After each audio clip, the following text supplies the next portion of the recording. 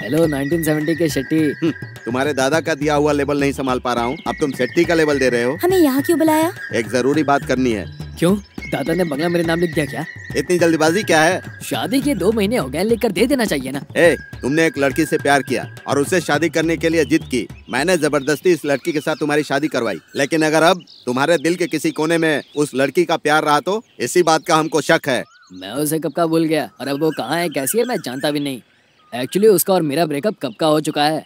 उसके बाद ही मैंने इसे शादी करने के लिए हाँ कही। क्यों सत्या, ये जो कह रहा है वो सच है? इसने तुमको खुश रखा है ना?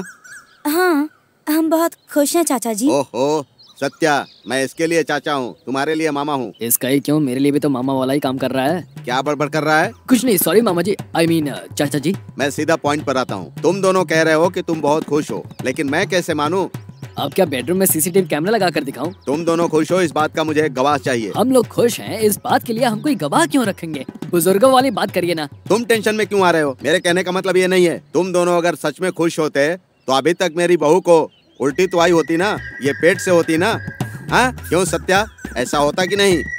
पहले सत्या के पाँव भारी होने दो, उसके बाद ही बंगला लिख कर दूंगा, दादा ने कहा है। इसमें मैं क्या करूं? कविन, ये सब बेकार है। पहले शादी कर लूंगा तब बंगला मिलेगा, ऐसा कहा था मैंने। कर ली, फिर हम लोग खुश है या नहीं ये भी देखने आए, और वो भी देख लिया। और अब बच्चा होगा तब बंगला देंगे। आपके मनमानी की कोई सीमा ही नहीं है, मुझे बंगला ही नहीं चाहिए। जल्दीबाजी में ऐसा मत बोलो, तुम्हारे दादा की बातों में भी दम है। दादा ने ये नहीं कहा है कि बच्चा होगा तो ही बंगला देंगे, उन्होंने कहा है कि बहू पेट से हो जाए मुझे बता देना, तब वो बंगला लिख देंगे।